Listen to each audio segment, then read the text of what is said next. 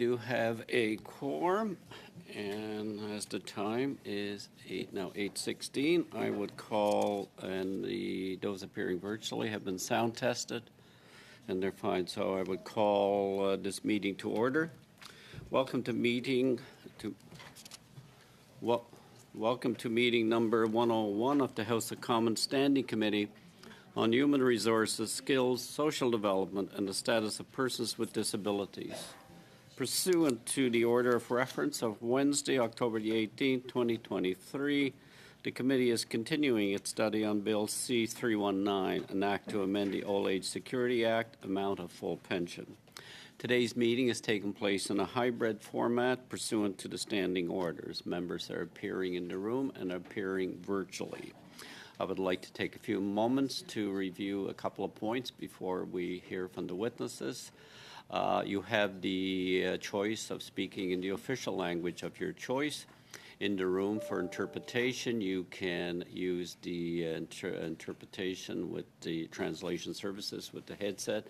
Those appearing virtually, if you click on the globe icon on the bottom of your service, you will be able to choose the official language of your choice.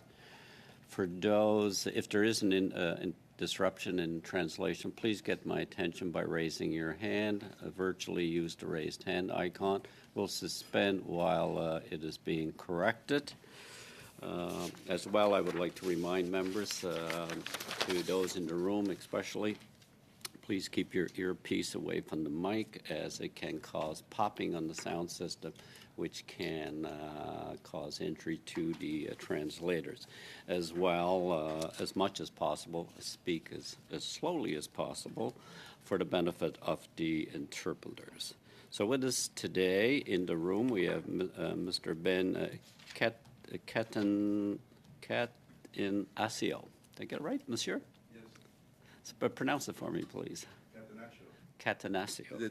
You did pretty good. Mr. Catanasio, as an individual, from the Association Féminine d'Éducation et d'Action Sociale, Hélène Cornelier,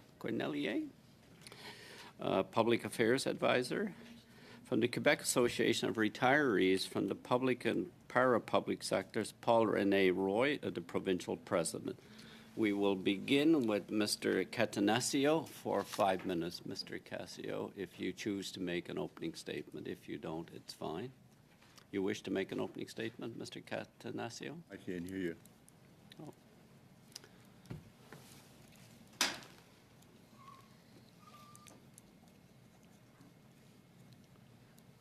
Can you hear me now? Maybe if somebody could, you may not be on the right channel. No. While we're getting that corrected, I want to welcome this morning. We have with us Mr. Canana, as well as Ms. Roberts is back again for this morning's meeting.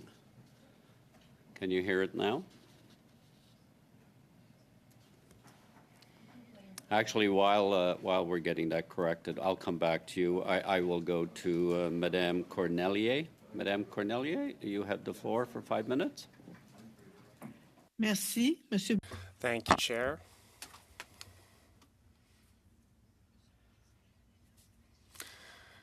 Chair and committee members, thank you for inviting me to appear as part of your work on Bill C-319.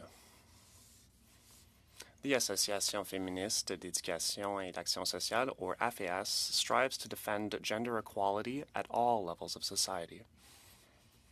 AFEAS was founded in 1966 and today has 5,400 members, the vast majority of whom are aged 65 and over. Over the years, AFEAS has worked on many files, including women's financial security with a focus on retired women. Between 2020 and 2021, Statistics Canada reported a 2.5% increase in the number of people aged 65 and over living below the poverty line.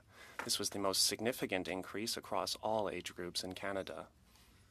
3 main factors affect women more than men and put them at a greater risk of financial insecurity. These are lower income, isolation, and the fact that their unpaid work goes unrecognized. A study on the situation of seniors in Quebec shows that women seniors rely more heavily on public pensions than men seniors. Public pensions represent, on average, 47% of women's income, while the figure is 31% for men.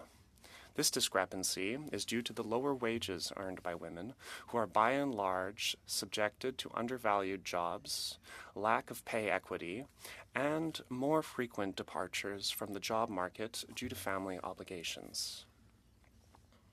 Further studies have also shown that women, elderly caregivers, low-income individuals, seniors, Indigenous seniors, immigrant seniors, people identifying as LGBTQ+, and seniors living in rural or remote areas are more likely to experience isolation, which has marked consequences not only for themselves, but also for the communities and all levels of government due to increased services and costs. A great deal of seniors offer help to family members. This includes looking after children during school vacations or strikes, and caring for frail relatives to ensure that they receive the best possible care, and ideally stay at home as long as possible. This essential care brings about significant expenses for seniors, many of whose already low incomes are being stretched thin. AFEAS believes that Bill C-319 represents a first step toward ending the discrimination between categories of seniors as created in Budget 2021, which increased pensions by 10% for people aged 75 and over, leaving out those aged 65 to 74. Bill C-319 also aims to help seniors who are still in the labor force in an effort to make ends meet by raising the amount of working income eligible for the GIS to $6,500. In addition to supporting Bill C-319 and taking into account the particularly disadvantageous situation of senior women, AFEAS recommends that the federal government undertake all changes to retirement programs based on a GBA plus analysis. In addition, base the retirement program formulas on personal income, not family income, in an effort to preserve women's autonomy. Pay women taking care of children and relatives losing their autonomy a supplementary benefit on top of their OAS pension. Index the OAS, GIS, and other income supplements related to retirement to the cost of living. And lastly, ensure that public pension plans pay all retired people minimum retirement benefits equivalent to the after-tax low-income threshold. In closing, AFEAS hopes that the members of the HUMA committee will recommend that Bill C-319 be adopted and do everything in their power to ensure the House of Commons and Senate do the same ASAP. For it is the will of all Canadian seniors. Thank you very much for listening to me. Please note that a brief will be submitted to the committee towards the end of the day. Thank you, Ms. Cornelier. It's the first time you have appeared before a committee of the House of Commons. Yes, Please do not feel nervous or anything. I'm sure you'll find the committee members quite receptive to you. You have a 5-minute opening statement, Mr. Catanasio. Yes. Okay. Good morning, honorable members of the House of Commons. Thank you for inviting me to participate in these hearings. My name is Ben Catanaccio, and I'm appearing here as an individual. I'm a 70-year-old senior who came to Canada from Italy in 1967 at the age of 22. Looking for a better life. My father passed away when I was 7 years old, and I became responsible for taking care of my mother and sister. I began working in Canada right after my arrival, and although I only have a grade 10 in education, I fulfilled my promise to work hard and contribute to Canada, the country that allowed me to raise a family. I was a mechanic by trade and worked hard to become a small business owner. I retired in 2007 at age 62 due to medical issue. My wife, also an Italian immigrant, arrived in Canada in 72 and worked as several different jobs until retirement in 2013 at age 65. During our career in Canada, we work hard and try to save money to provide for our family and have some money for our retirement. Neither my wife or I have a company pension plan, so we depend on our government pension. Some money we invest in the RSPs and our personal savings. My wife and I are both retired and try to enjoy our golden years together after working in Canada for over 40 years. Unfortunately, my wife and I are not enjoying our retirement as the cost of living is out of control, and we can't afford to enjoy our retirement as we should. This government has made life unaffordable to Canadians, but even more for the senior, who have worked to help build this country and should now be enjoying their retirement. The cost of everything has gone up, including eating in my home, grocery, gas. I am able to reduce the amount I pay for heating and air conditioning by lowering the temperature so I can save money. Just an example, my car insurance has increased this year from $1,690 to $2,149, which is an increase of almost $460 per year. When I called the insurance company, they told me it was because all the cars had been stolen. Just last week, I received a letter from the government saying that I was eligible for the new dental care program. But they were only covered 40% of the expense because of our income from last year. My wife and I had just under $80,000 in total income. However, only about $35,000 that was from our pension. The rest of the income was my RSPs and other things such as interest and few investment I made many years ago. The biggest part of the extra money was from withdraw my RSPs. I understand that I will have to pay the tax for when I withdraw my RSPs, but it is now affecting my benefits I will receive from this dental program. Why is this government punishing seniors who are able to save some money in the RSP by reducing their benefits such as the dental program? Once my RSPs are finished, I don't know how we'll be able to afford the basic things such as grocery and gas. I received 926 from CPP, 784 from OIS. My wife received 873 from CPP, 784, excuse me, from OIS. That equals just over $40,000 per year. How can two people live on $40,000 per year? And if this continues, we may have to sell our home in order to survive. Canada should be a place where seniors can age with dignity and their own homes instead of being the ones who helped to build this country. My RSPs and my savings are almost gone because of the high price we have to pay in Canada, because of the carbon tax and inflation from all debts. Imagine having to wear a sweater in my home in the winter in order to save money.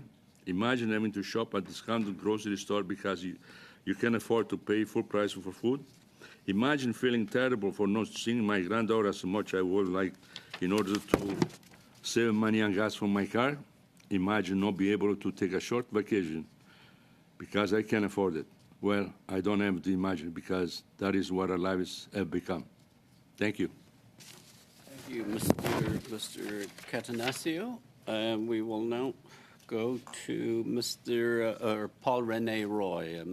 Monsieur Roy, you have. Oui, bonjour. Good morning. Chair, thank you.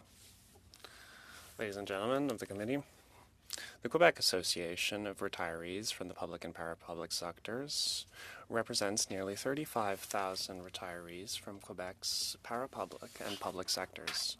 Our mission is to promote and defend the economic, financial, cultural, intellectual, and social rights and interests of our members and all Quebec seniors. The Minister of Labour and Seniors, Seamus O'Regan, mentioned in a letter sent to the AQRP on January 4th, and I quote, "As they age, seniors tend to have lower incomes and they have to cope with increased health care expenses due to the onset of illness or disability." In the same letter, he says, the government will continue to take measures to support them and improve their quality of life. Yet, at present, the Old Age Security Act sends a whole other message. Seniors under the age of 75 are not entitled to a 10% increase in the OAS pension. In other words, a person under the age of 75 with an illness or inability to work will not see an increase in income because that person is under the age of 75, even if they are not physically able to work. Paradoxically, the minister is of the opinion that it is true healthcare expenses are increasing for Canadian seniors. He continues in the same letter saying that this vulnerability is exacerbated by fewer opportunities to supplement seniors' income through paid employment and the risk of depleting personal savings.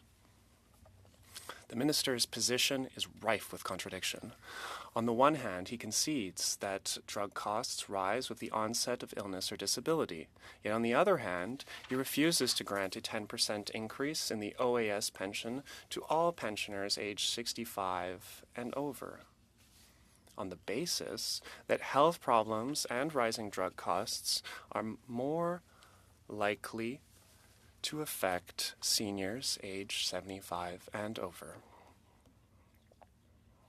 The minister seems to deny that inflation and health problems also affect people under 75. To illustrate this point, I'll take the real-life case of Élise Girard. Ms. Girard is a 66-year-old retiree, a former public sector employee who worked in healthcare as an orderly in Montreal. Her monthly income of $1,500 includes her Quebec pension plan and federal old age security pension. In an interview with Nouveau Info on October 23, 2023, Ms. Girard said the following: "The main issue is I'm having a hard time paying for my medication. If we apply the minister's logic, Ms. Girard will not be eligible for a 10% increase in her OAS pension because she is a retiree under 75. Yet, Ms. Girard faces the reality of rising drug prices just like any retired person aged 75 and over. She also runs the risks of depleting her personal savings due to inflation. Like any retired person, she helped build the same Canada we all enjoy, as you mentioned in your correspondence." According to a survey by Sun Life, 1 in 3 Canadian seniors will be significantly affected by the rising costs of living in 2023. This means that inflation is chipping away at the savings of Canadian seniors aged 65 and over, who comprise more than a third of Canadian seniors. That's why the AQRP is calling on the Liberal government to provide a 10% increase in the OAS pension for everyone aged 65 and over. The AQRP considers it unacceptable that given the current inflation rate, people aged 75, or rather people under 75, should be excluded from the GIS exemption. On behalf of the Association québécoise des retraités des secteurs publics et parapublics, the AQRP, I am grateful for you taking the time to listen to me. I am ready to address any questions or comments you may have regarding Bill C-319. Thank you. See, Monsieur. Thank you, Mr. Roy. Begin with Ms. Roberts for 6 minutes, please. Thank you, Mr. Chair. So I want to thank the witnesses for bringing this important issue to our committee. So I want to start with Mr. Catanaccio. You mentioned a couple of things in your introduction: the carbon tax, car insurance, groceries, and we could probably go on and on. So I want to ask your opinion on something. As of December 8th, 23, the cost to administer the carbon tax plan cost taxpayers $200 million. And since its inception in 2019, last year it was $82.6 million, and they hired 465 full employments. I'd like to know what you think about that, because that $200 million would have really helped reduce the cost and inflation. What do you think about those numbers? Very high. $200 million for me, it's very high. I don't even know how to write $200 million. You mentioned that, you know, you're you're paying the carbon tax, you're trying your best to reduce that expense by lowering your heat and air conditioning. You're shopping, you're being smart about where you shop in order to maximize your funds. So what do you think would be an idea for this government to help seniors in your position? They should increase the pension by at least $200 a month. Okay, so you said that you're at the point where you've exhausted all your savings and RSPs, Almost, yeah. and your plan would be to, in order to survive, is sell your house. But if you do that and you go on rent, is that going to be any more cost efficient for you, given the fact that where you live, the rent is over $2,000 a month? What choice do I have? I don't have any choice. If I want to live, I got to sell the house to eat. And Very sad. there's nothing I can do about it, unless I go and rob a bank. Oh, no, we don't No, I won't encourage do that. No, absolutely not. Yeah. But that's all. Sorry to interrupt, but your car insurance went up, and yet you use your car for very minimal. It's not like you're working, that you're driving every day. You obviously plan your day to reduce your cost of your gas, which now is, with the carbon tax on April 1st going up, that's going to add to your budget. How is that going to impact your groceries? I'll give you an example. 2 weeks ago, we were shopping at Northfields. That's the store that we shop. And also there's another one, Food Basics. We get a little bit there, always on special. There was this cannery melon, the price was $6.99. And the wife says, no, if we go to the other store, they usually sell them for $5.99. We have to go there, might as well buy them there. So we went there was no melons. So we kept going. The next day I had to go to the doctor. I went back to North Rios. The same cannery melon that day was $14.25. Figure that out.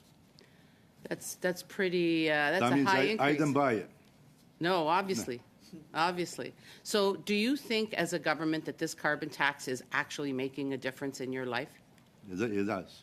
It is. It is making a difference in your life as Yeah. far as what? Everything.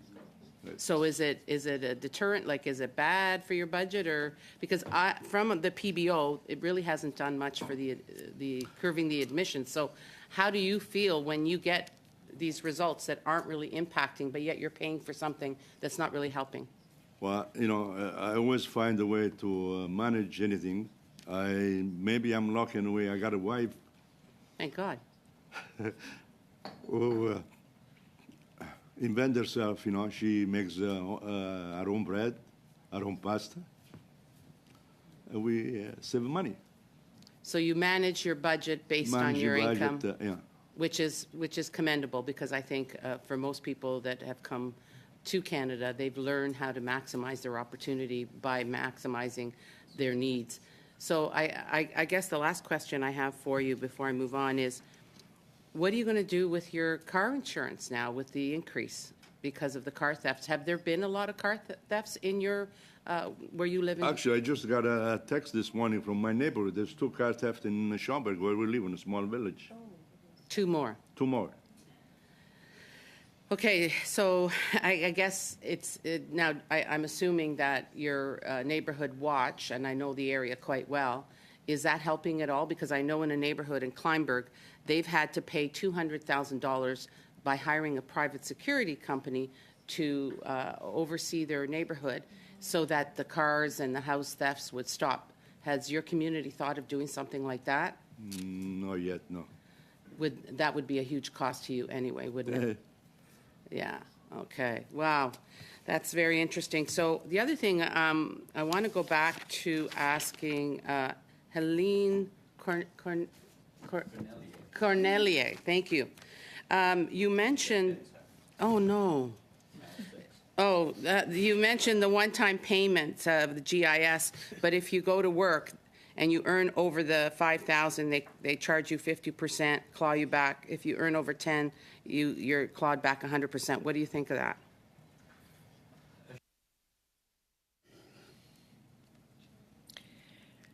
Merci pour votre question.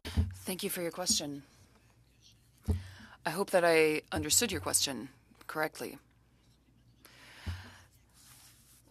The GIS with the admissible income of $5,000, well, after $5,000, every earned dollar, according to what I know, because this is not something that I'm very familiar with, there's a clawback of 50 cents per dollar on the GIS.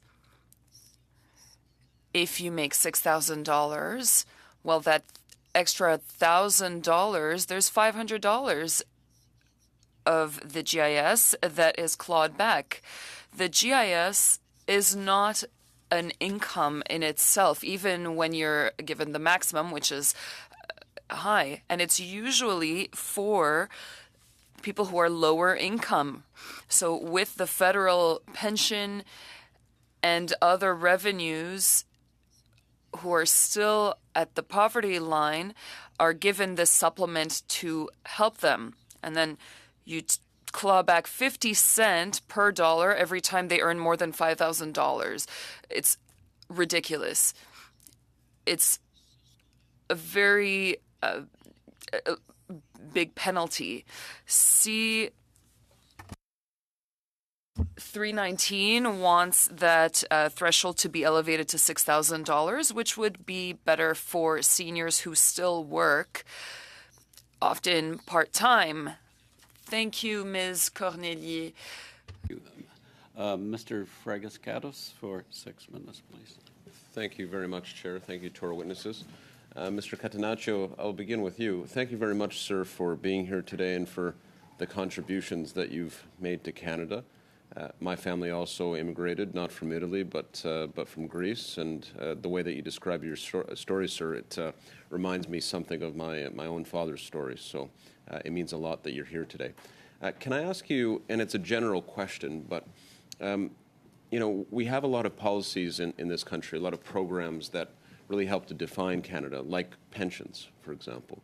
But at the same time, we have, unfortunately, politicians in Canada that are trying to, it seems, undermine things like the Canada Pension Plan. And I'll get to that in a second, but how important do you think it is for a democracy like Canada to have a pension system in the first place? How critical do you think that is? For me, it's one of the best. Right. So you would obviously agree that someone who, like you, who's worked hard, who came to this country, made a contribution, paid their taxes, deserves a pension, a strong pension. Of right. course. So what do you think if the pension plan, the value of the pension plan, which stands at around $600 billion, was to be cut in half, more than half actually, because that's what the Premier of Alberta is calling for. Premier Smith is calling for the the value of the entire CPP, the Canada Pension Plan, to be cut by 53%, which I think would be disastrous for seniors. What do you think could be the consequences for that for Canadian seniors? I think it's very bad. Yeah. You're cutting, you know, what it looks like is, I'm sorry to say this, but when we're young, we run assets for the government, but when you get old, you become a liability. So, you know, everybody's trying to get to take money out of the seniors, which is not right. No, it's not right at all. And there's still some politicians who think that we should go back to what Mr. Harper tried to do a few years ago, and our government pushed back against it and stopped it from happening. But the eligibility for old age security, Mr. Harper wanted to move it from 65 to 67. Do you think that the country should look at that again? Because sometimes I hear conservative politicians say that we should go back to that. I think so. Yeah. I don't know what the threshold is now. Maybe it's higher, but I think years ago it was 65. Yeah, it's 65 now because It's of the 65 government's now. change. Yeah. So it hasn't changed for the last 10 years. Yeah, there's some that are calling for it to be put to 67, though. But 2 years, you know, it doesn't make much difference, I think. Okay. What do you think of the dental support that is available now for Canadians, including seniors? There's dental support that Canadians can go and access. If they couldn't afford to see a dentist before, they can go now and get basic checkup and fillings and other things that they might need. Are you happy with that? No, No? absolutely not. It looks like a joke. Oh, okay. To me, it's a joke. Yeah. You know, you go to the dentist just to clean up, they want $175 to $200. Right, but with the dental benefit that is available now, the program, Well, I haven't seen the program. I only seen what they send me. Yeah. They haven't sent me the whole brochure yet. Okay. Well, you could apply and be eligible. I know seniors in my community are. I did, but I haven't got no papers yet. Okay. Okay. Well, happy to share information with you on that. Perhaps your member of parliament can provide you with that information as well. Les mêmes questions pour les témoins. Same question for the other witnesses with regards to the pensions. The importance of pensions and Premier Smith's proposal to cut the Canada Pension Plan by 53%.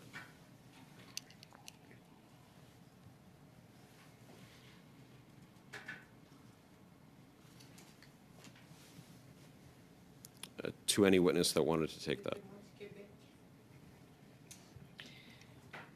Si je peux répondre. If I may, I think it's an aberration. In Quebec, the Quebec pension plan and the OAS is 50% of our income before retirement, which is great because you can't live off 25% of your income after 65 years old. You don't have another income. And other pension plans such as RSPs or TFSAs and other incomes from the employer. But for many people, that's not the case. They live with those two pensions, and it's the same for the rest of Canada. You have the CPP and 25% in Quebec. And other provinces, both levels of government have been asked, have had a request. They've asked that this double pension be increased for it to reflect 50% of the income before retirement in order to avoid getting stuck in poverty. Since the beginning of the pandemic, there's been an increase of interest rates, grocery stores, oil or gas rather, and so on. This gentleman just described his family situation. It's the same thing for everyone. Everybody is having a hard time making ends meet. If I just do I have time? The same question on changing eligibility of OAS to 67. Some are still pushing for this, it would seem. What is your view? Non, nous, la FAS. At FAS, we don't want that both federally or provincially. It's up to each person to decide whether or not they want to continue working, whether it's because they want to or if it's for financial reasons. It's often for financial reasons. They want to add an income to their pension. I think 65 years old is plenty. Monsieur Fragascalis et Madame Cornelier. Madame. Ms. Chabot for 6 minutes.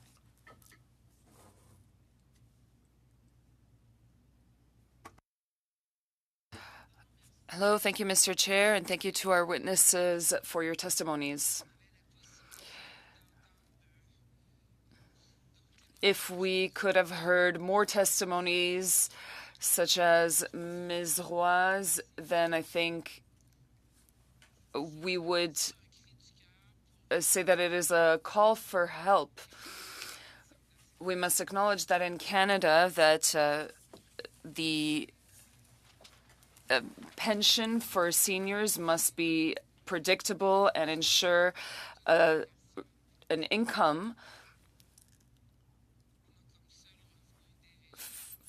that is guaranteed for those who only have public pension plans. Ms. Cornelier, some of the questions that were asked have nothing to do with the bill. but you did draw a picture of what 65-year-old and up seniors are living with regards to poverty and the difference between senior men and senior women. This, of course, is what we are seeing across the board. Here's what's happening. Seniors have been discriminated against according to their age. We're talking about OAS in Canada. It's been increased by 10% for people who are 75 years old and more. And the 65 to 75-year-old group is left behind. And that, of course, has an impact on those who are between 65 and 74 years of age. It is discriminatory, especially for women. Can you tell us what the impact is? Is the question for me, Ms. Chabot? Here's the effect it's had. For those between 65 and 74 years of age, it's a very big impact. They have expenses that have been increased recently. This generation, around 65 years old, it's not a generation that will be coming up in a few years that have great, big salaries and that benefited from a big economy. A lot of them are women who may have been stay-at-home moms or were homemakers for a portion of their life. So if they worked a little bit, or they helped their children or their loved ones, they may have stopped working for certain periods of time. So the pension plans, or their income is much lower. They need public pensions. Often they don't have private pension plans. It's not a question of age. At 65 years old, you're retired, and this clause should have been applicable to all retirees. The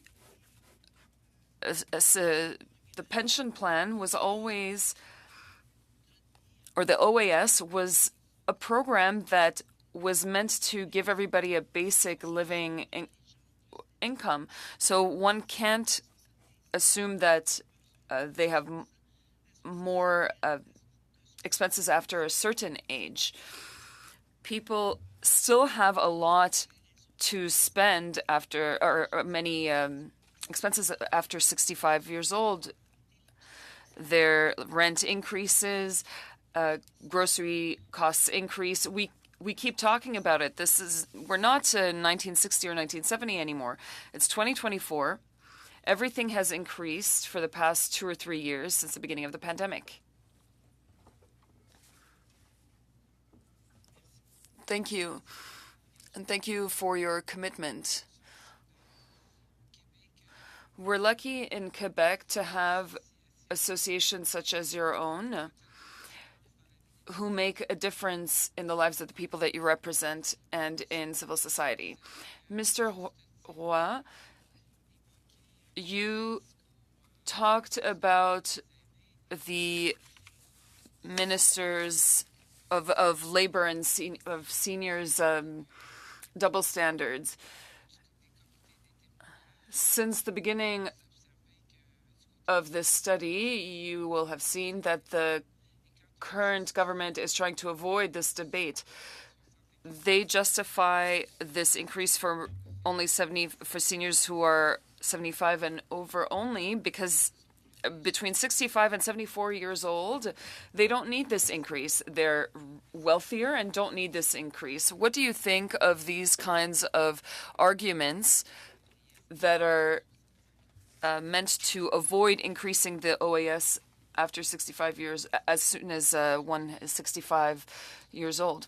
I said it earlier, whether you're anywhere between 65 to 75 years old, the expenses are the same. Ms. Cornelier talked about it earlier. I'm not going to mention everything. There's inflation right now.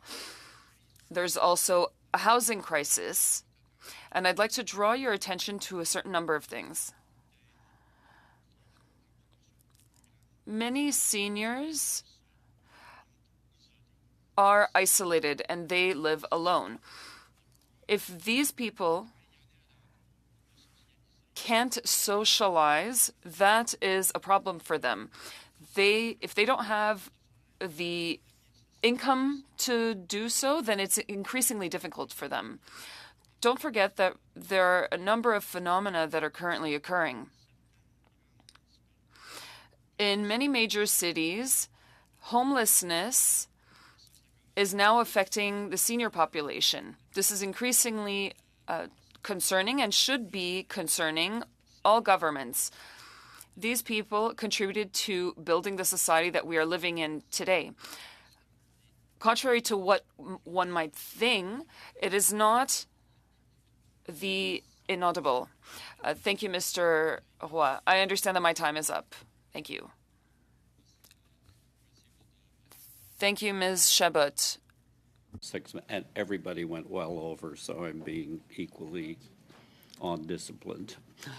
Madame Zerillo for 6.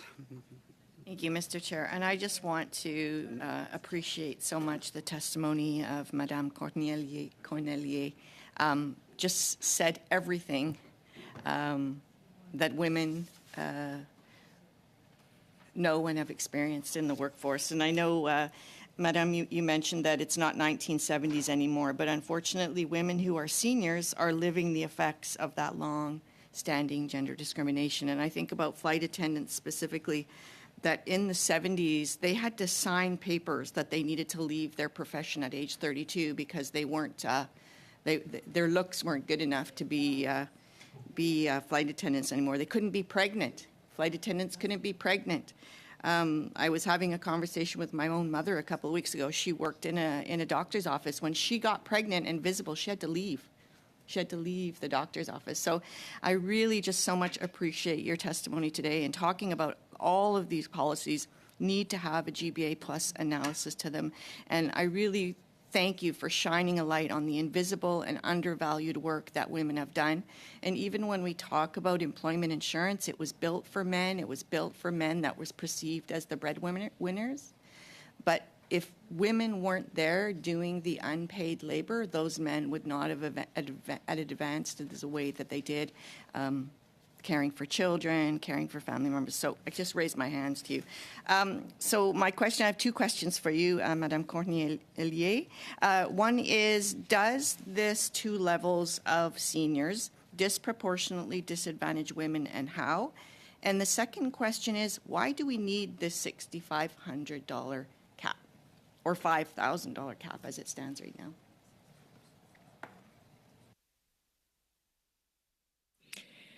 La discrimination entre les aînés. As regards to discrimination for seniors with regard to the 10%, this is indeed discrimination. There's no reason why this reason was greenlit. The FAS has asked the government about this in June 2021. We never got a response back, but we know that the measure was not changed. We can only hope that the Minister of Finance, in her 2024 budget, can change course and grant that 10% increase to seniors aged 65 to 74. In a country like Canada, where discrimination is faced by many, and yet in the Charter it is illegal, seniors are facing discrimination through these 2 categories of seniors, and this is unbelievable. The expenses at age 65 to 74 are just the same as the expenses 75 and over. There's no way to calculate these 2 differently and then make a decision afterwards. As to your second question, can you just ask it again? I know it was on the eligible GIS. I was wondering, like the government's put in an arbitrary cap. They're only going to let you let people make $5,000 a year before they start getting clawed back, and that's asked to be lifted to $6,500. And my question is, do they need a cap at all? Why would they need a cap?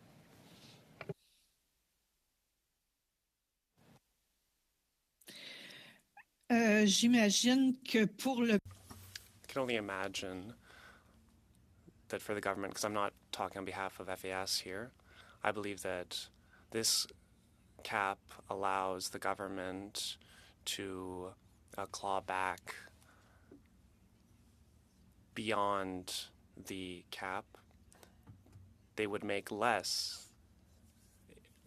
Rather, for seniors, they are advantaged when they work $5,000 and not a dollar more with regard to these clawbacks. And now we're looking at these $6,500 figure. So obviously $6,500 would be better prior to any clawbacks. But if some seniors can make more, well, then they could decide not to.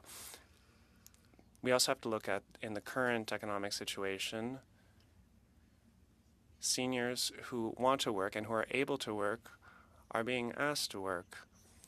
The person receiving the GIS is not incentivized beyond $5,000 or $6,500. People should be allowed to work however much they want. If they are above the poverty line and have incomes that reflect this, then they probably won't get the GIS anymore. But this additional income will allow them to pay for expenses that they are currently incurring. Thank you so much. And I'm going to ask a similar question to Mr. Roy, because just mentioning that, just talking about how seniors are being disincentivized, they don't want to put their GIS at risk because they may not be able to earn that similar income the next year. Is that something that you're hearing from your members? And can you just expand on that and maybe just mention if you think their arbitrary cap of $5,000 is necessary?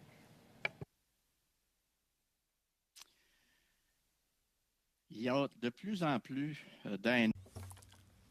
Increasingly, seniors want to go back to work for a variety of reasons. Some of them will do it for financial reasons. Others will do it to socialize, to not be alone anymore, and to have something to do outside the house, which is something that they had the ability to do when they were on the labor force. Seniors like this need incentives and additional benefits to ensure that they are not penalized should they wish to return to work. By returning to work, and you know there is a labor shortage right now, these seniors can be very useful not only to make up for the labor shortage, but also act as mentors for the next generation of workers. Seniors in this position have so much experience, and no matter what industry they worked on. Thank you, Mr. Roy. Everybody went over by the same amount, so thank you. Ms. Gray for 5 minutes. Thank you, Mr. Chair, and thank you to all the witnesses for being here. My first questions are for Mr. Catanaccio. You talked about what was Canada's promise to its citizens, where if you work hard, you should be able to get ahead, do everything right, maybe a little investing, put some money into RSPs, and so once you're a senior, you should be able to live with dignity in your golden years. Do you think that Canada's promise has been broken? Yes. Absolutely. Because years ago I was working and able to save some money, invest some money. Today, I can't do it. You can't do it today. Wow. Doesn't matter how much you make. The rent is up, groceries up, gas is up. It's hard to make a living today. Wow. You said earlier in your testimony that you're not visiting your granddaughter as much due to the high gas prices, and that you're making your own pasta and your own bread in order to save money, and you're turning down the heat so that you can try and live within your means. Do you think that the Government of Canada should stop its wasteful inflationary deficit spending and live within its means so that inflation and interest rates can come down? Absolutely. I think that this government, they should look after their own backyard before they help somebody else outside the country. That's my view. Thank you. I'm going to turn my questions over now to Mr. Roy, and thank you for being here. You had said back in November that the threat of rising interest rates is forcing seniors to delay retirement. Are you still seeing this now? Are you still hearing that? Il y a certaines personnes, effectivement, Some people indeed. sur la Some people indeed are looking at their retirement income because they are anticipating a significant revenue loss, and contrary to what we would reasonably believe, it is not the majority of seniors who we could consider as being in the average category. I'll just give you an example.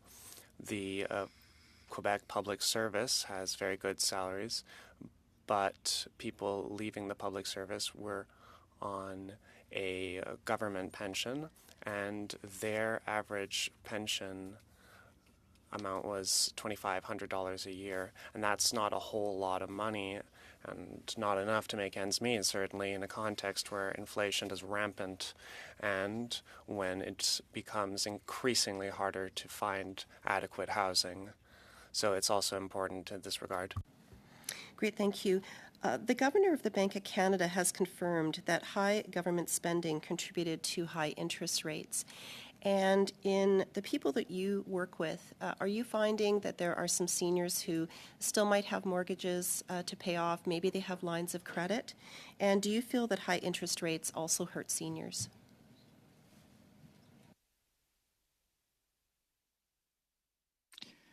C'est sûr que plus on avance.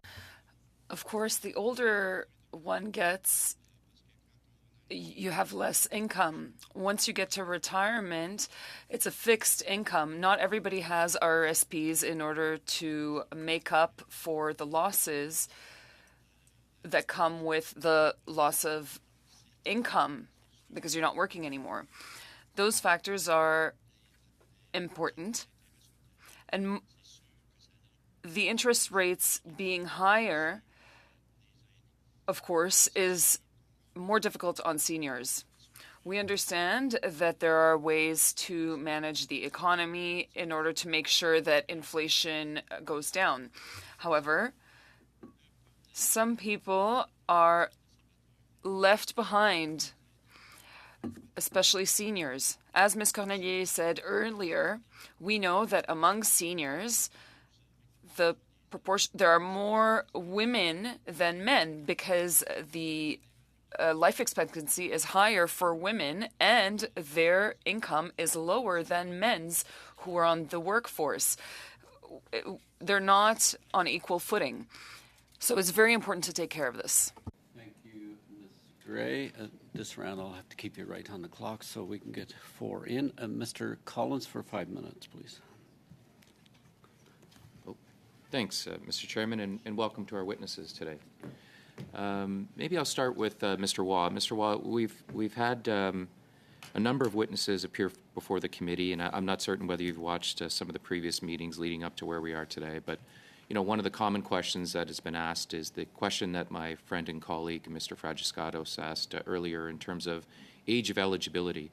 And not one witness to date has suggested that we fiddle with the age. You've heard the reference, I think, today in terms of former Prime Minister Harper raising it to 67. That's not uncommon. I can tell you that, conservative Republicans in the States right now, Ms. Haley is flirting with changing the age of eligibility in the United States. And, of course, we watched last year in France as 1 million people took to the streets when their government tried to increase the age and recreate, I think, the definition of what it is to be a senior. It almost seems universal that at every level of government, a senior becomes a senior in the eyes of a government when they turn 65. And so I think you're the only one that hasn't been asked that question here today. I didn't see a recommendation from you, or I didn't hear it through your testimony in terms of changing that age. Can you provide your opinion in that regard and tell us why it may or may not be important to retain the age of 65 as the age of eligibility? Je pense que pour l'instant, on devrait. For now, I think that it should remain 65 years old. I understand that this is being questioned right now. People are healthier at 65, and of course, there is a labor shortage, and so the age of retirement, being older, is very attractive. But this should be a decision taken by each and every person.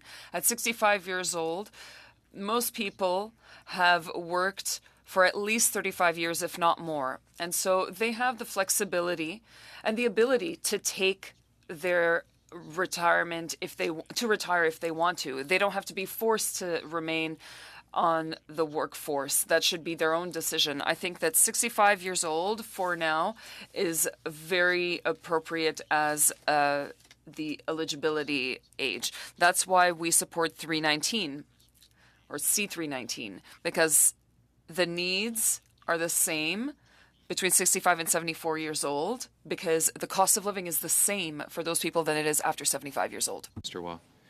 Ms. Cornelia, can I ask you, your opening statement was laced with references to some of our most vulnerable seniors. And so you talked about those that live below the poverty line. You talked about those that, through their careers had low wages. You talked about low income. One of the other witnesses that we had at a previous meeting, Professor Sweetman from McMaster University, talked about a targeted approach from government in terms of providing benefits, whether it's in housing, whether it's with dental care, as was referenced here today, or other government supports for seniors. He talked about providing a very targeted approach to seniors who are in the very situation, I think, that you outlined in your opening, instead of giving instead of the other approach, and that is just providing support for everyone, whether they need it or not. And really, when I say targeted, I mean based on income. Can I get your opinion on that in terms of when it comes to support for seniors in housing, the dental care program that we have, the benefits that we're talking about today? Can I ask you about the importance of either basing those benefits on an income or not?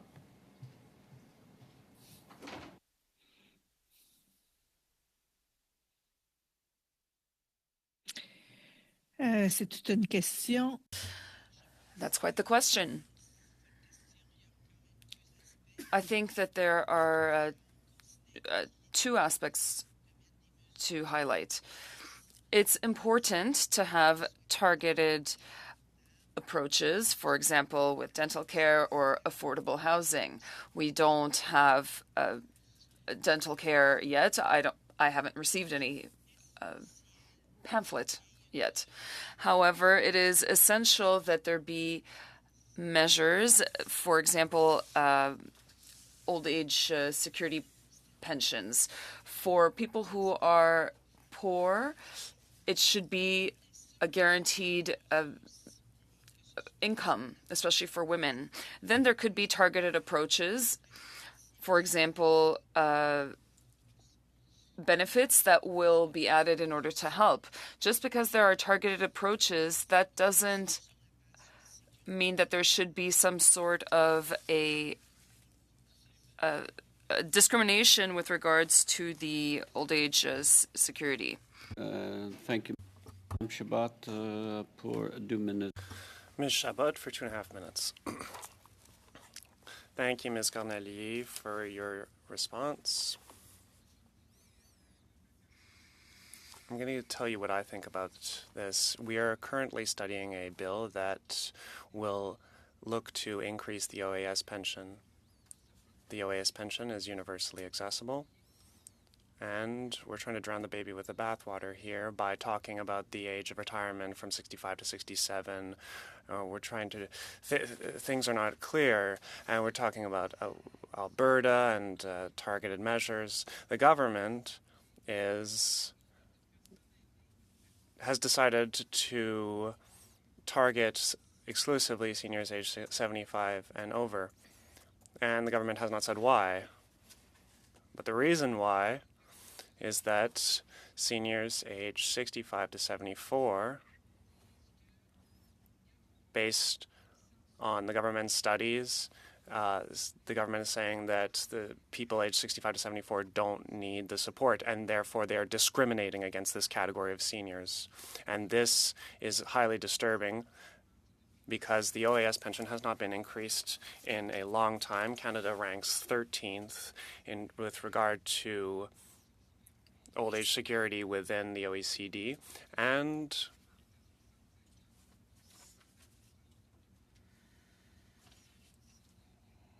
there could be a debate on the retirement age.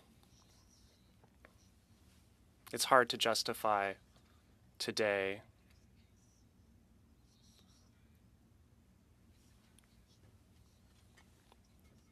this lack of commitment to support seniors.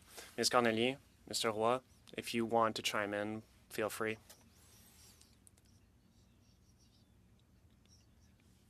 I think that this discrimination is unjustifiable. The OAS pension is a universally accessible pension. I'm just saying I'm not a specialist here. People who have significantly high income do not need this pension. So it's really for those who truly need it. And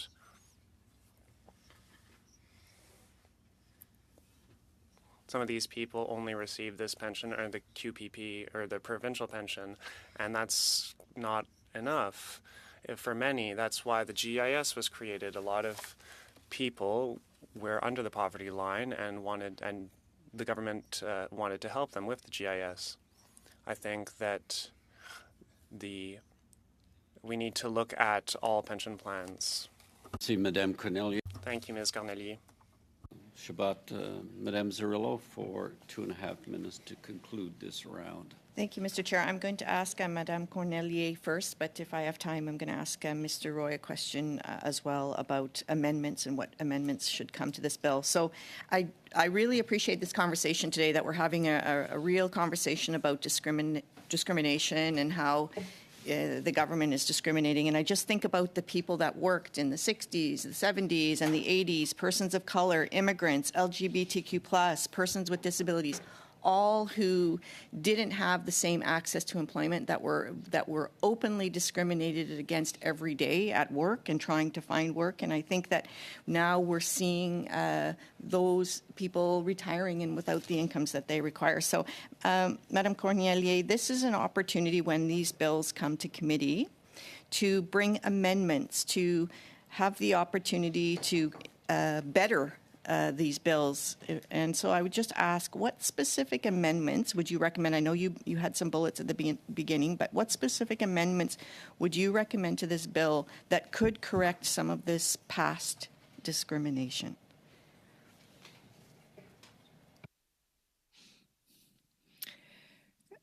Je dois dire que je suis hésitante à... I might be reluctant to suggest amendments.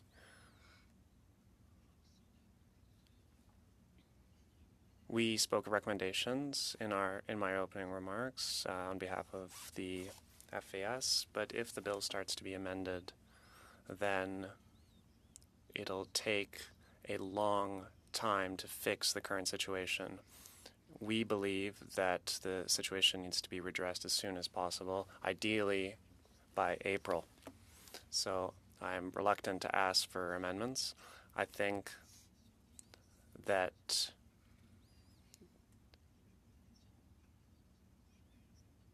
the issue of OAS and GIS should be addressed by giving an additional benefit for people taking care of children and others. There's a lot of women who have had to leave the labor market to do that. Men have done so as well. So this complementary benefit could help these people who have low pension amounts. Then that includes their OAS pension.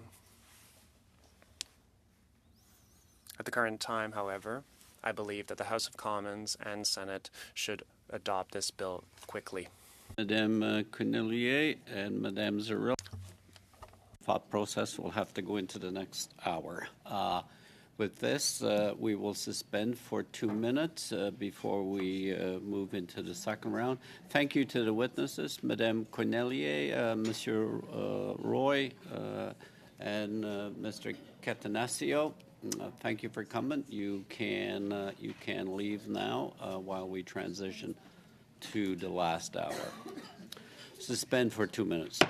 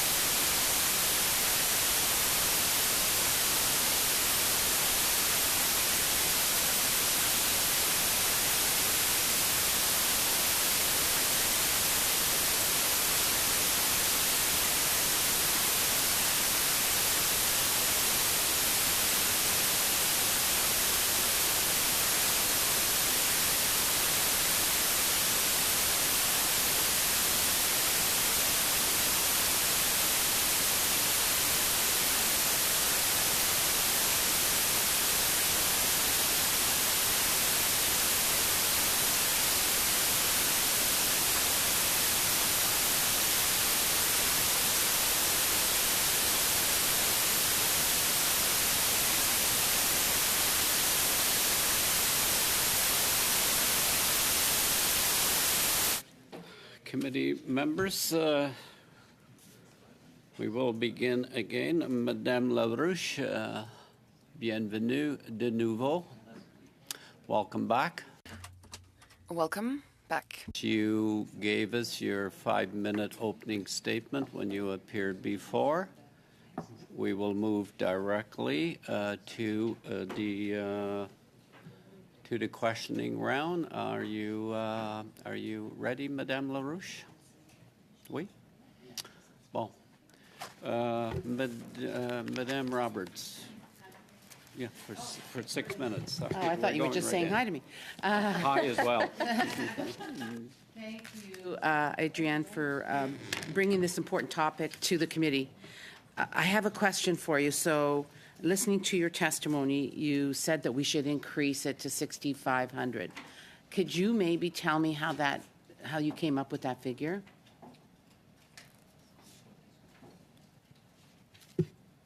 Madame Roberts, c'est aussi simple que... Ms. Roberts, it's very simple. We wanted a bill with numbers that the Liberals could understand. The 10%, that is their decision for 75-year-old and 75-year-old seniors and more, even though it's not enough. We just wanted some sort of fairness. They talked about 10%. We wanted more. And so we provided numbers that they could understand. The 6,500 is because of something we tried beforehand with 3,500, because it was 3,500 before. So we wanted to provide a number that could be understood. That's the calculation we made. It's very simple. We wanted to be reasonable, but also have some thought put into how we could improve the situation of seniors who want to and who can stay on the job market to have some incentive to do so. First say that, we support your bill, and I'm very proud that you brought it forward. And I want to share a story with you that I received recently from a senior who is living on less than $15,000 a year. So she has had no option but to go back and get a job.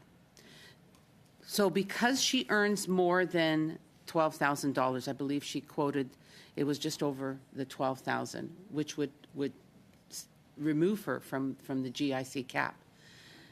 It's not beneficial for her. It just doesn't make sense. She still uses a food bank every single week. We have a food bank, one of the most successful food banks in Etobicoke, who deliver to 3,000 seniors every single month. And these are seniors that are back to work but still can't afford the cost of living. They also deliver, in 1 month, 3.17 meals because of the cost of living, because of the way that this government has a disastrous plan to budget. They don't understand that you can't make $1 and spend 1,000. What do you think, or what would you say to this senior who has come to me and said, I'm going to have to live on the streets because it's not beneficial for me to go back to work, because then I'll be penalized even more? Je lui dirais que c'est... I would tell them that that's exactly the point with this bill. We want to reflect on the fact that there's discrimination with regards to age.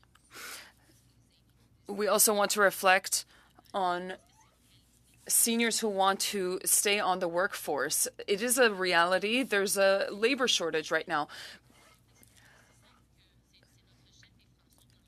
Our leader, Yves-François Blanchet, in the summer of 2021, spoke to seniors who shared their experience about being discriminated against on the job market. We're told that there is a labor shortage, but we can contribute. That's what they said. So we are trying to provide $1,500 more. Of course, we're only starting to talk about this, but I think we could go beyond that $1,500 that is protected in order to improve how much seniors receive. We can also talk about a tax credit for experienced workers as well. There are other measures that we can talk about, but right now there are too many reasons for seniors not to stay on the job market. Ironically, Liberals say that under 75 years old, if seniors don't have enough money, they should go and work. That's not fair either, because that is the message. The message that we're sending to them is, if you don't have enough money between 65 and 74 years old, go work. But there are too many obstacles for those who want to. At 65 years old, some seniors have had careers that are more difficult. Not everybody can stay on the job market. For example, people who worked in construction, whose body can't keep up anymore. You can't tell these, we're telling these people to stay on the job market, but they can't do it. So at 65 years old, they are allowed to take their full retirement. It is well deserved. Our perspective is to offer the choice. However, there are people who feel like they still want to remain on the job market because they are still an asset for many companies. They have experience, they can mentor people, they can transmit the institutional knowledge of a company. However, if we're putting spokes in their wheels, they won't be staying on the job market. And just to finish, Ms. Roberts, with regards to the food banks, that's happening in my riding as well. I'd like to share a statistic with you. Seniors spend on $100, $56 as opposed to $45 on for non-seniors with regards to housing and food. Time. Mr. Long for 6 minutes. Thank you. Yes, thank you, Mr. Chair. And good morning to my colleagues, and good morning to MP LaRouche. I want to congratulate you on your private members bill. I know it's always an exciting time. I've been through the process a few years ago. And I also want to tell you directly, MP LaRouche, that I've always been very, very impressed when you stand in the House. I think I still go back to your speech in 2019 on the anniversary of the shooting at the Polytechnique. Was one of the most moving and memorable speeches I've ever seen. So I want to compliment you on that. Look, as a government, I can remember campaigning in 2015, going door to door and talking to seniors. And seniors were a group that was forgotten by the previous government. I don't think there's any question about that. There were no benefits from the previous government for seniors.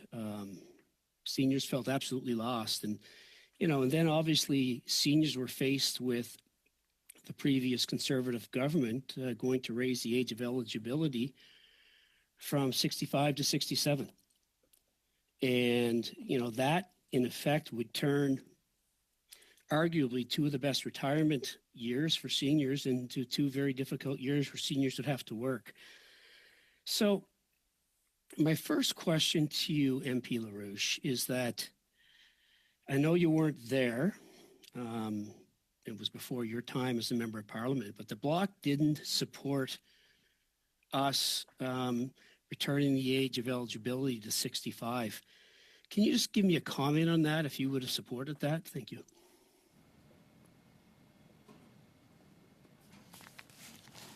Je ne sais pas à quoi vous faites allusion. I'm not sure what you're referring to because I wasn't there, but here's what I could say about for the Bloc. The OAS is 65 years old for the Bloc. We've already had this debate, but it's too easy to defend yourself by saying that you increased the retirement age from 65 to 67 years old, and that fixes everything.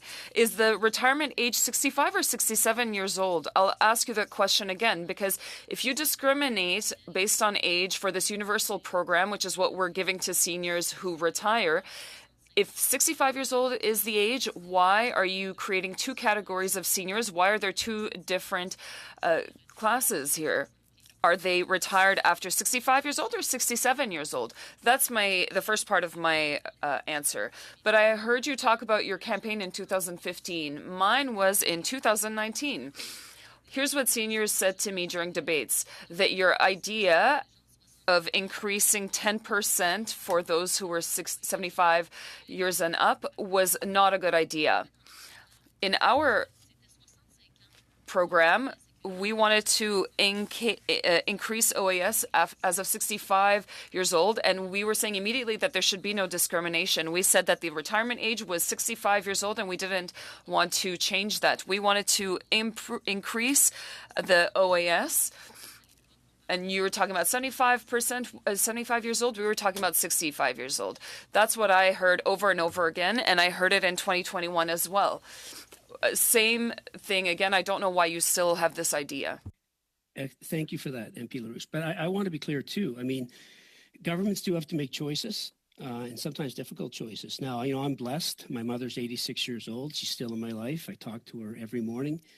My mother has the OAS, the GIS, and, a small supplemental income. She's very appreciative of the government programs. I mean, We also were a government that raised the GIS by 10% for low-income single seniors, and we did make a decision. I mean, I don't think there's any question that it's easy to say, give the benefit to everybody, but we made a decision that, based on data, people that are 75 were outliving their savings. They were more likely to be widowed, have increased health care needs. Few of them do work. Half of them have disabilities. 57% of them are women. 4 in 10 are widows. 59% have incomes below $30,000, and 39% of them receive the GIS. Do you not agree that that group, 75 and over, does need that 10% more than the 65 to 75? Thank you. La pauvreté attend pas 75. Poverty doesn't wait until you're 75 years old. Illnesses don't wait until you're 75 years old. Testimonies from women between 65 and 74 years old who are ill, or people between 65 and 74 years old who are poor, I hear them all the time. The GIS income is $21,168. In the current inflationary context, there was a pandemic that was costly, and there were increases of costs, and then there was inflation. I organized a colloquium. Here's what I heard. That income does not allow seniors to live, it allows them to survive only.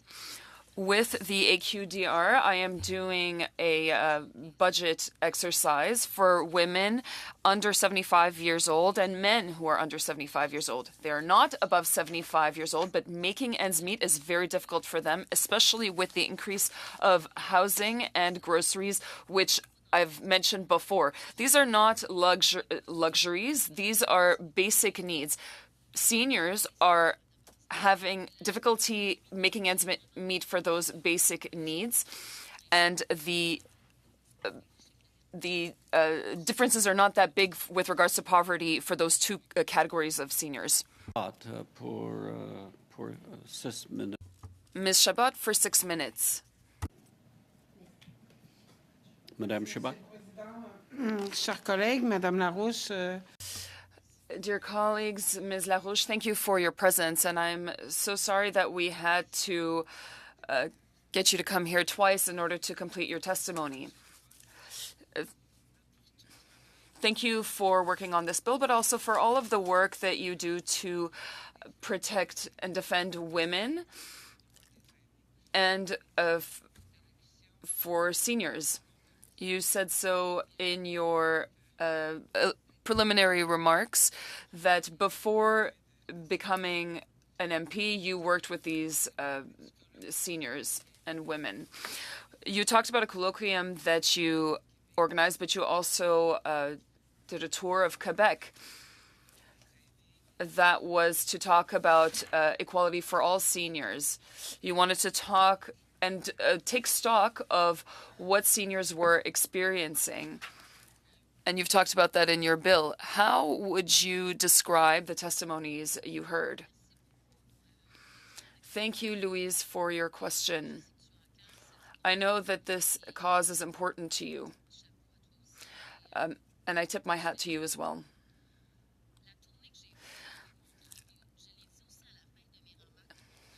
I did a tour, and I talked about it during my opening remarks.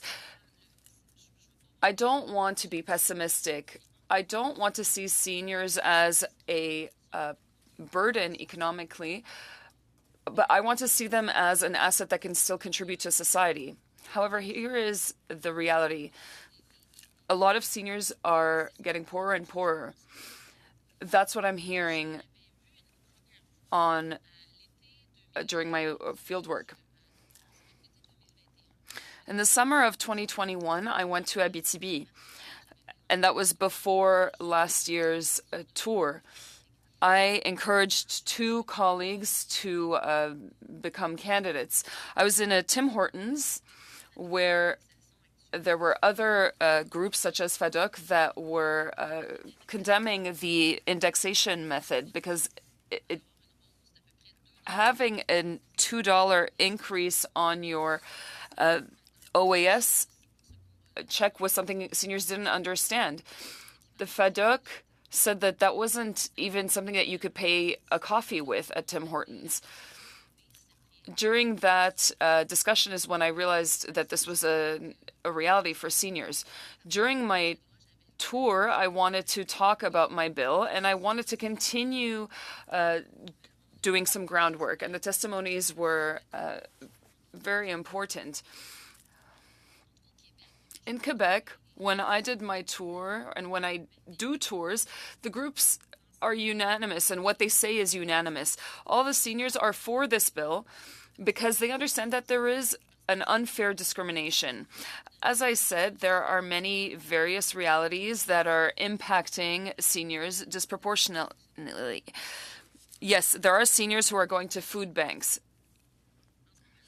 Right now, there is inflation. When you have a fixed revenue like the OAS, because the indexation does not allow for the same increase as a salary increase would allow.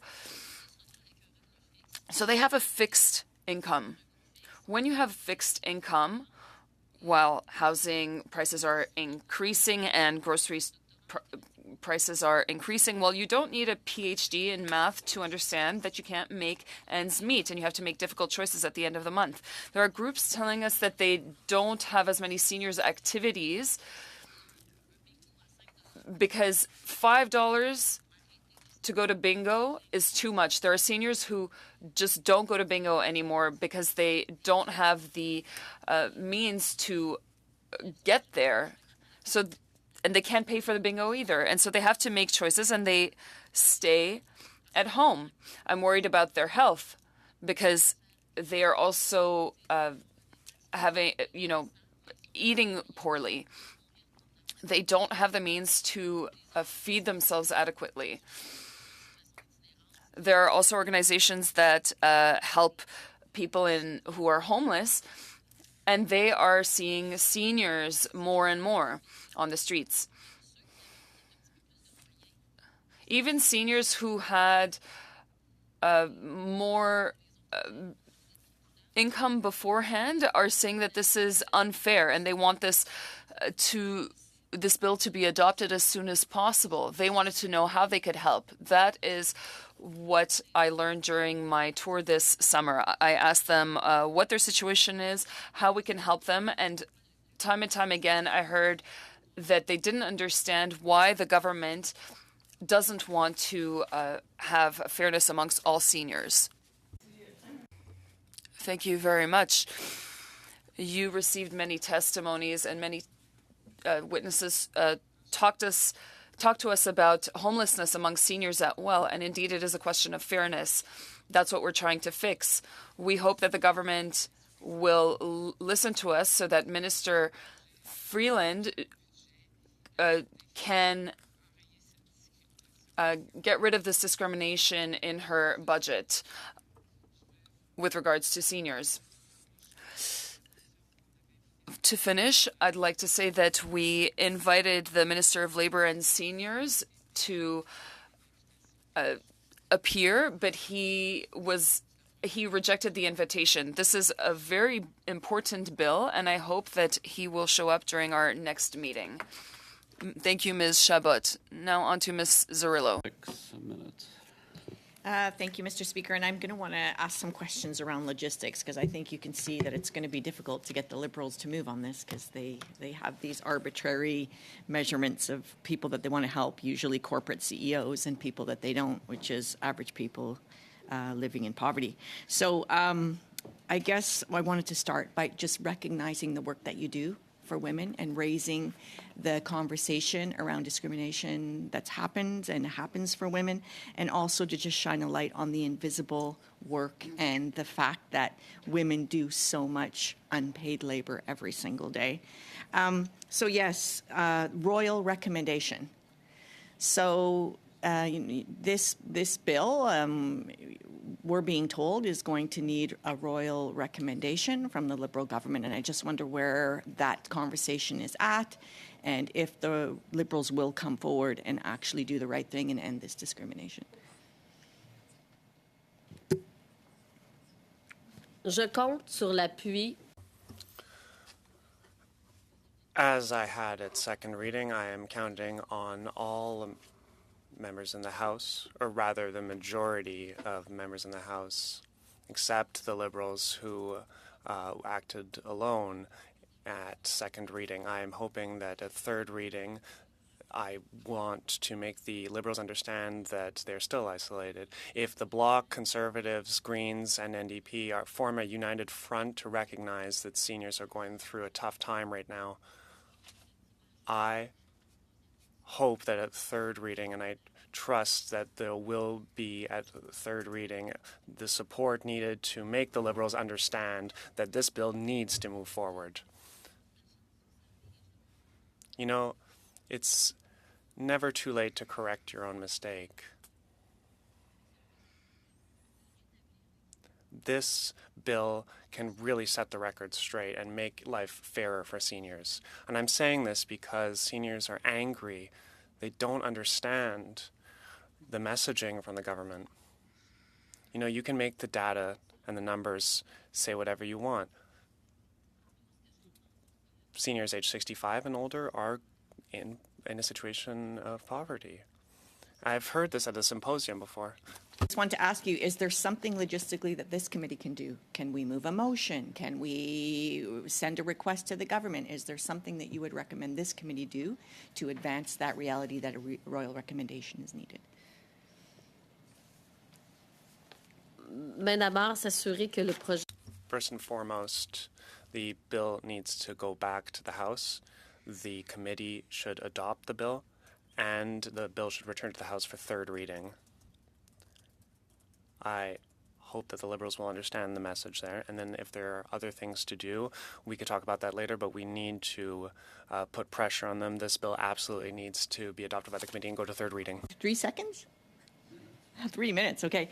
Thank you so much. Second thing is just on the logistics. So this is also with the Canada Disability Benefit. We know that the IT infrastructure, and this is the fault of the Conservative government that never wanted to spend any money on upgrading infrastructure in the century that we're in, that we should have proper infrastructure. There seems that the Parliamentary Secretary to the Minister of Employment, Workforce Development and Official Languages indicated it would not be possible to implement this bill within the specified timeframe due to requirements to make complex modifications to the existing IT system. Is this something you're hearing pushback on as well, that the government doesn't have the capacity with their IT system to implement payments to people living in poverty? Je l'ai entendu aussi. I've heard this as well, and I don't understand it. I think that that's just an easy way out. To say that the government doesn't have the digital infrastructure to implement it is an easy way out. I can't understand this for the life of me. I cannot believe that in 2024, a country like Canada cannot have the infrastructure needed to implement this change. I believe it would be quite easy to make, actually. Oftentimes, our questions are poorly answered, and we receive these answers instead of ways to actually implement the bill. Okay, and can I ask for an order paper question? I mean, I asked one specifically around the Canada Disability Benefit and implementation, and CRA came back and said we can't cross-check income with a disability tax credit certification. Have there been any order paper questions that you've submitted or that you're aware of on trying to get to the bottom of this IT infrastructure problem?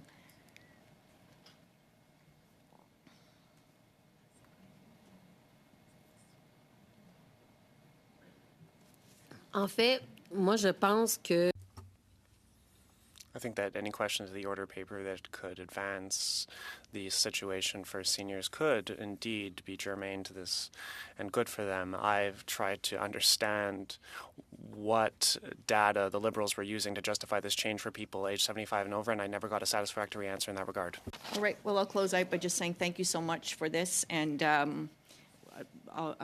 I would like to talk a little bit about the grace period. We know that there's seniors, and my colleague Rachel Blaney has been pushing on that. Sometimes seniors are in a situation where they can't file their income tax on time because there's no grace period by the government. They lose their GIS the following year. Do you have any comments on that? Essayer de rendre peut-être. Try to automate this distribution of income for seniors. That would be quite simple to do. You can try to automate it. That would be simple to in order to ensure that the reports can be produced much easier. Thank you, Ms. Zarillo. Balk for 5 minutes. Thank you very much, Madame LaRoche. I appreciate the work that you've put into your PMB. I, as well, going through the process, know how much work it is, so thank you for following through and doing all the work.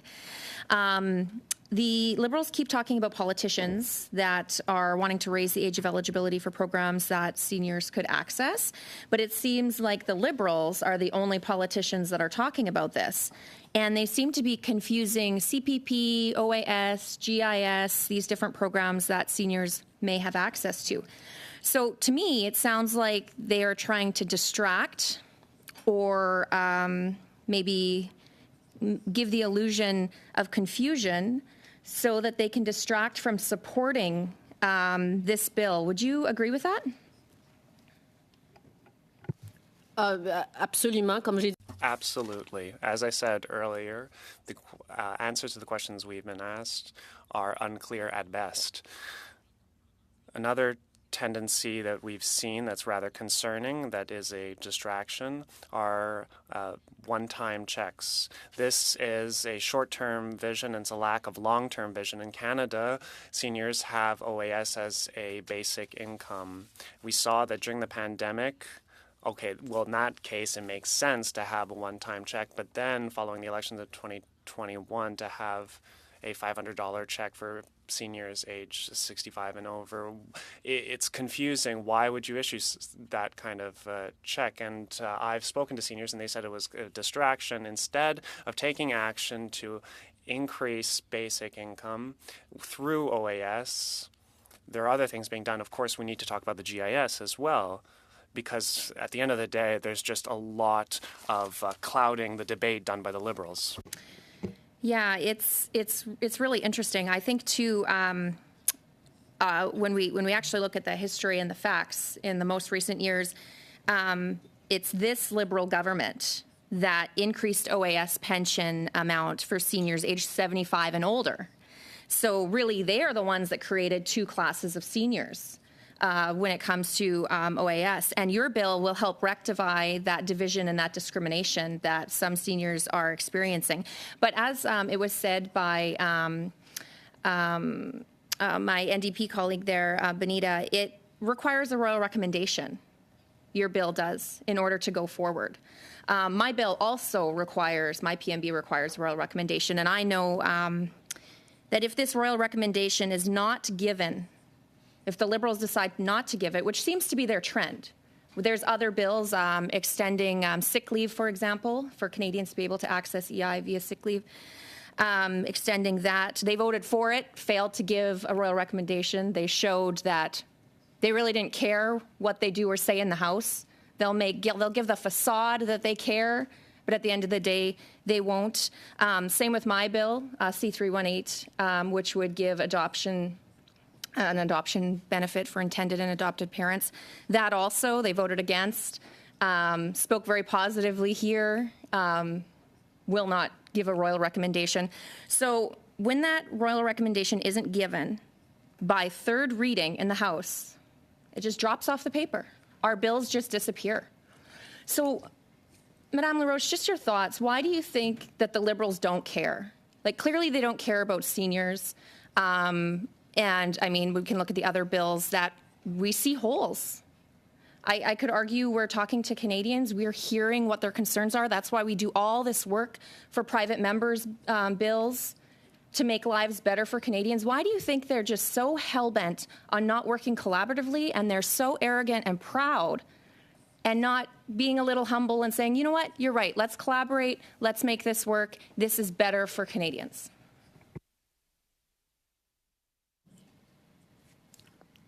Évidemment, c'est parce qu'il y a une incidence. Clearly, it's because a royal recommendation is needed when there is a financial consideration to be made.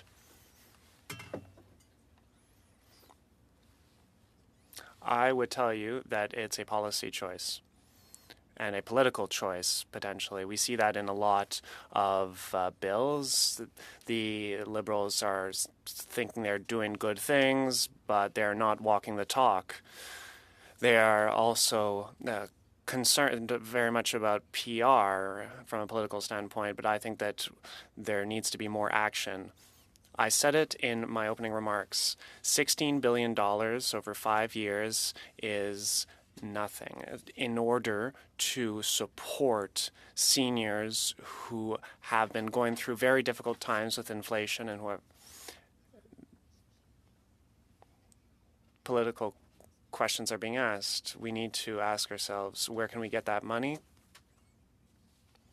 And some would say that the Liberals have not put the money in the right place, and that they should put money into bills that will truly help seniors, such as this bill, C-319, and also bills to increase leave for people on EI. This would have a significant impact on people's lives, and I think that money should be put to the right place.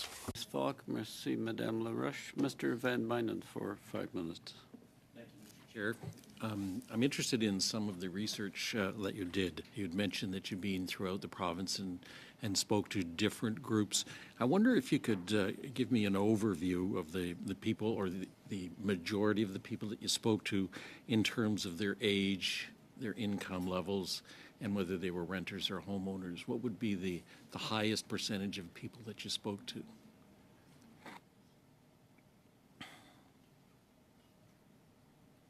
Je dirais que c'est assez varié. I would say, Mr. Van Bynen, that it varies quite a bit. I visited rural areas, in fact, very rural areas. I went up to Amqui in Quebec, and I also went to urban areas in Quebec City, for example. Those people in urban areas, on average, have higher incomes. They've worked their whole lives, and they were lucky enough to have those additional amounts. They, however, recognize that not all seniors have this same luck. I've met with renters, I've met with landlords. I'd say it's pretty varied. But one guiding principle among all the testimony I heard was this idea of fairness. We are suggesting that this be given to people aged 65 to 74. I've spoken to people over 75 who thought this was unfair because for various reasons, and I've spoke to others who thought it was unfair as well. I have toured all over a number of my Bloc Québécois ridings, and I went all over the place. I even went to Ms. Chabot's riding, and I met with seniors in her riding. I met with advocates and everyday Quebecers. Of what the majority of the people were they mostly age 65 to 75? Were they mostly incomes of, say, 100,000? Were they homeowners? I'm just trying to get a sense of what was driving the consideration for you to bring this forward. Ce qui m'a poussé, c'est les commentaires des aînés que je... It's truly the comments I've heard from seniors since I've been elected. Ever since the Liberals suggested to increase the OAS for people aged 75 and over, I've heard it time and time again. Seniors with all income, both renters and homeowners, people, and both 75 and older and 75 and younger all go through the same situation. Because you are ignoring this 65 to 74-year-old group, and they have not seen their OAS go up at all. Okay, so we heard earlier from a witness who owns a home, which is probably close to $1 million, has an $80,000 income, and had a concern about this. Now, would you say that was the average individual of the people that you spoke to?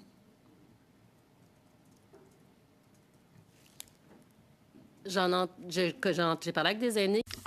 I spoke with seniors of all categories, including those who have those needs, but I've spoken to a number of people, the people who have additional revenue. I'm sorry, I wasn't hearing the translation well. Okay now? Yeah, thank you. Madame LaRouche? As you may know, this isn't shared by the majority of seniors. FAS has spoken to widowed women. They stayed at home. I've heard testimony from these people as well. There are women who rely solely on OAS and other pensions, and it's 1.8 million people used the OAS, 730,000 people use the GIS in Quebec, 800,000 use the GIS in Ontario. I just wanted to have an understanding as to how valid the issues were with respect to the earlier witness. Now, we talked about age discrimination and fairness.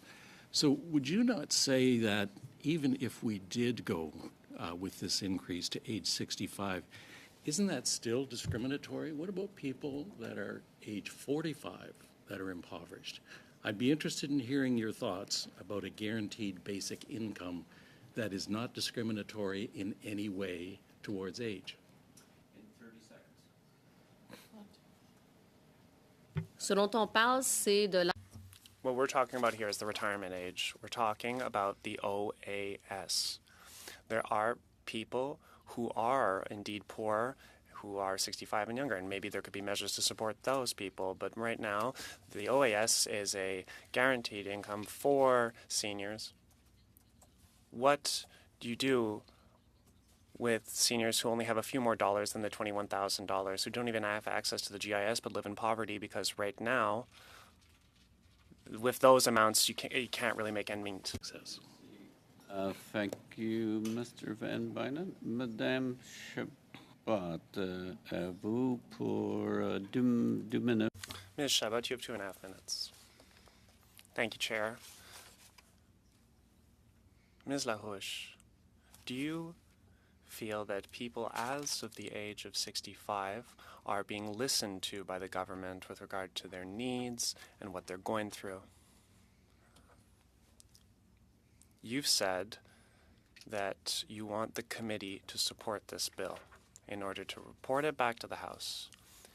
I believe that the debate we must have today is around the fact that not all groups of seniors are the same.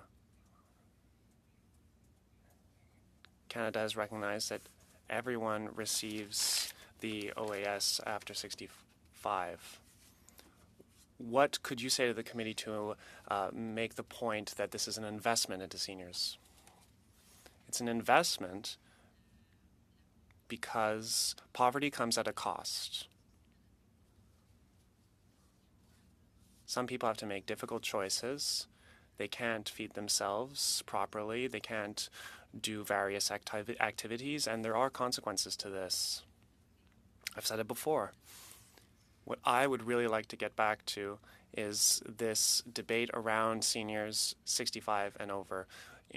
The consensus is that 65 is the age of retirement, and we are talking about OAS. I would ask you to remain focused on this and not try to cloud the debate by talking about people who are under 65 and who are poor. You know, they have access to other benefits, and there are other solutions for them, and we can look at that at the opportune time. But now we are looking at seniors who are at the retirement age, and they feel like they're being pressured to stay on the labor market, to stay at work. There are some who cannot do this, and at this point they are being completely set aside by the government. Thank you, Ms. LaRouche. Thank you for your testimony. And do you have a final message to convey? Right now, half of seniors are forgotten and set aside. I think it's important to identify that. These are people that are not receiving anything. So 50% of seniors are unseen, and they don't have any increase on their minimum or revenue or their basic revenue. When we talk about seniors who are wealthier, with the OAS, they already have an amount of income that is taxed on, so they'll be giving money back to the government anyway. Thank you very much. Thank you, Ms. Chabot. Yeah. Thank you so much. And I wanted to just ask a little bit about housing, because we have heard testimony here that more and more seniors are finding themselves unable to gain housing or losing housing. And I wonder if you could just talk a little bit about what the experiences are in Quebec, and if you believe that this increase of 65 to 74-year-olds will assist with housing payment.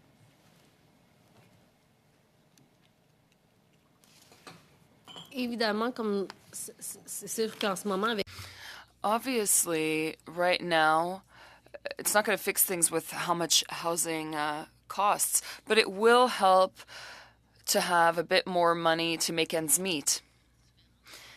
It can make a difference.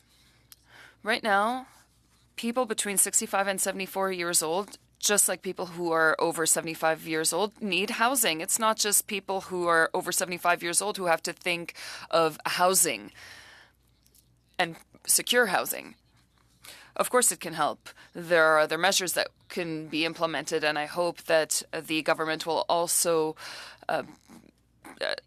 discuss housing. I know that there's an acquisition fund that is being talked about for seniors. There are other measures that can be put in place, but this bill is important.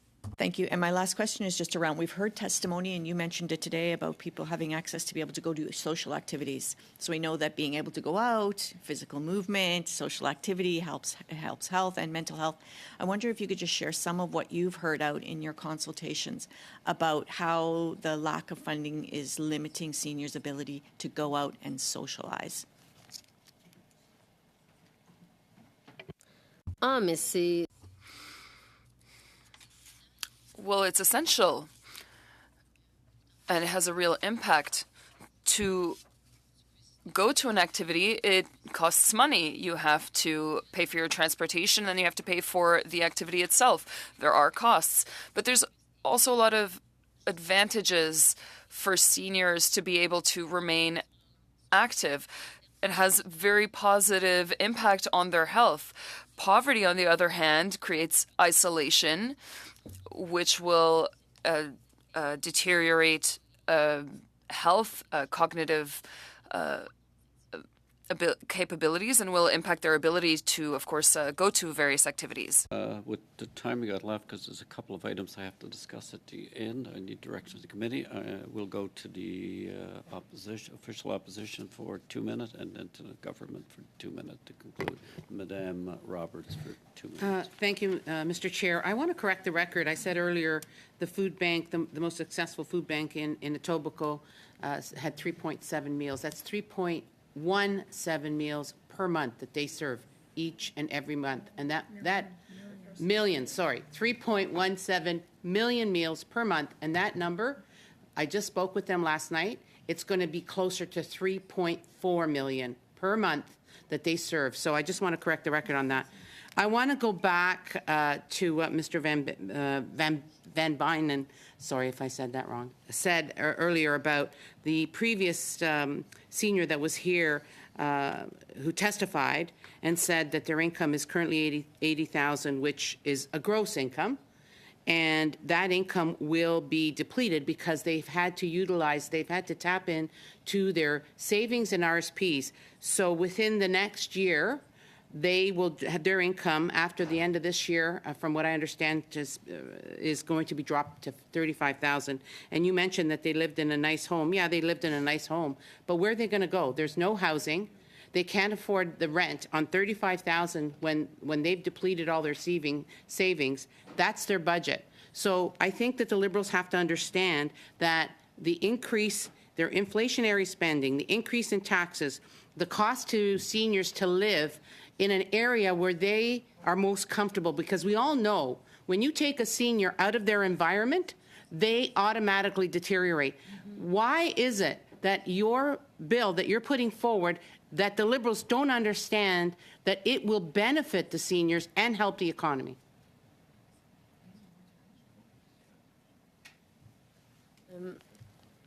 Je tends la main.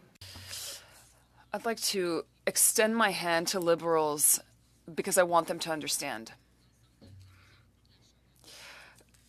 The majority of the House has understood that the senior who had a testimony earlier does not represent the majority of seniors either.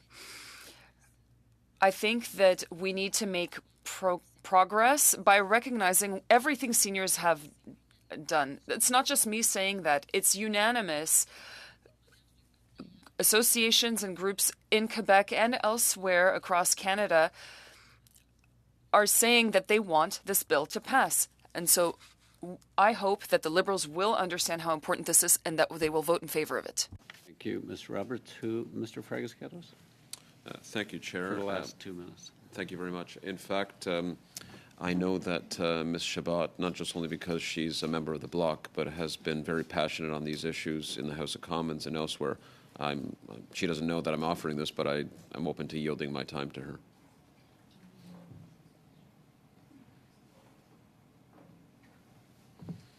Madame Chabot, for Ça 2 va minutes. coûter combien? How much is that going to cost? Well, it has cost 40 seconds so far. Ça pourrait être un bel échange de vous inviter lorsque nous adopterons. Thank you very much. We hope to have your support during the clause-by-clause reading, and thank you for giving me this opportunity. Just like my colleague, it's not just because I'm from the Bloc. There are issues where fairness is essential. It's been mentioned before that some bills are, for example, presented on the basis of fairness. It is a question of fairness. Canada made a choice. We have an old age pension plan, and we chose 65 years old. Many people only live off the public pensions. We have had testimonies on that. Ms. Larouche, I know that this is why you are supporting this bill, but I'd like to hear you talk about seniors' dignity. Quickly, here's what I'd like to share. This is what was shared during the colloquium that I organized.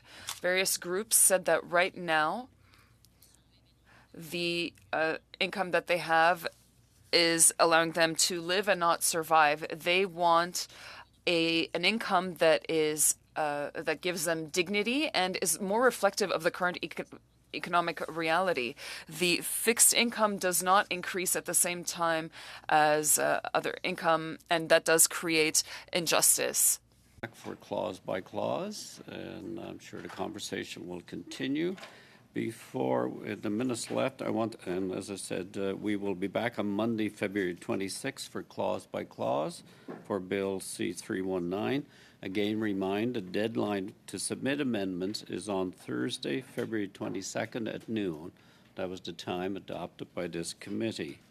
As well, we have two budgets that we have to deal with. One was, you have it was circulated, the Air Canada meeting of $2,250. Great, I'm glad. So does that mean it's approved? The money is spent? We go through this all the time. And for this current study that we're doing is on C319. The cost is $17,250. Do I have a movement of adoption of those two budgets? Moved by Mr. Collins. Do I see agreement? No agreement. You have to pay for your lunch. With that, committee members, seeing no other business before the committee, is it the committee's desire to adjourn? Committee adjourned. Thank you, and thank you, Madame LaRouche.